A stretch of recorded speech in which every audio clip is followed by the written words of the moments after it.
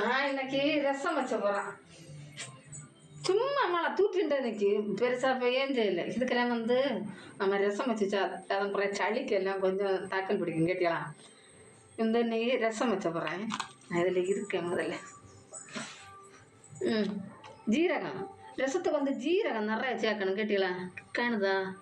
ஜீரகம் நிறைய சேர்க்கணும் ரசத்துக்கு. ஜீரகம் பார்த்தீங்களா, நிறைய ஜீரகம் சேர்க்கணும். நான் இஞ்சி நான் இவ்வளோ துண்டை தான் சேர்ப்பேன். குறை ரசம் தான் வச்ச போகிறேன். நான் சிலவங்க நிறைய வைக்கணும், அவருக்கு விருப்பம். அடுத்து நல்ல மிளகு இது கூட தட்டி மிஸ் வச்சுக்கிட்டலாம். வீடியோ எடுக்க பொண்ணு இல்லை தட்டினேன் கவுனா குறவாயில் நல்ல மிளகு இல்லை. ஆனால் ஒரு கவர், அதாவது 50 கிராம் எல்லாம் வாங்கினா 3/4 கவர் எல்லாம் தட்டல ஜீரா ரசத்துக்கு. அடுத்து நீ வெள்ளை போடு. வெள்ளை போடுங்க வச்சே என்ன இருக்குது. வெள்ளை போடு. நான் இவ்வளோ வைப்பேன், நிறைய வைப்பினேன். எனக்கு இது இவ்வளோ மாதிரி நான் இப்படி தான் வைப்பேன். இது அடுத்து மல்லி இலை. இது இது பின்ன ஒன்று நான் ரசத்துக்கு இதெல்லாம் கிளறி வச்சுண்டு தக்காளியை மிக்சியில் போட்டு அரைச்சி இல்லை குறப்பாக அரைச்சி கிளறி நல்லா கொஞ்சம் நல்ல வேக வச்சு அப்படி செய்வேன். அப்போ கொஞ்சம் நல்லா இருக்கு கேட்டீங்களா. இங்கே எதை ஒரு பண்ணணும் என்ன. சரி நமக்கு இது நீ அப்படி பண்ணணும் பார்ப்போமா. நான் மல்லி முழுசு பிடிச்சாத்தது பார்த்தீங்களா.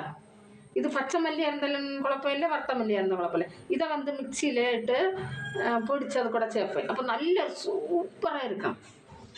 நீங்கள் குறைய மல்லி நம்ம வாங்கி பிடிச்சதுக்கு முன்னாடி எடுத்து மாற்றி வச்சோம். இது மல்லி ரசத்துக்கு இல்லை நல்லா இருக்கும் பிடிச்சி போட்டால். சின்ன வெங்காயத்தை நறுக்கி போடணும், அப்போ தான் மணமாக இருக்குங்க. அது கூட்டு உலகம் அப்படி தான் எல்லாத்தையும் இது மணக்கத்து வேண்டி போடணும். மிளகா இப்படி கிழிச்சு இப்படி போடணும் பிச்சு.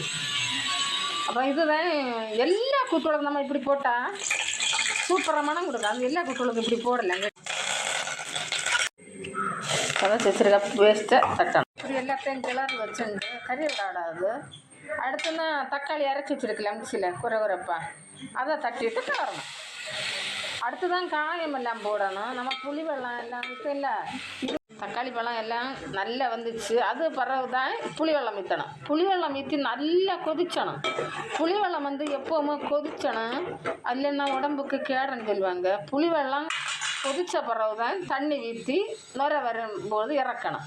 புளி வெள்ளம் கொதிச்சிருச்சு, இன்னும் தேவைக்கு தண்ணி ஊற்றுவாங்க. நுரை வந்துச்சு, மல்லியில் தூவி இறக்க வேண்டியதான். அவ்வளோந்தான் சுவையான ரசம். இதே மாதிரி நீங்கள் வீட்டில் பண்ணி பாருங்கள். பாய். எல்லோரும் சாப்பிட்டாச்சா?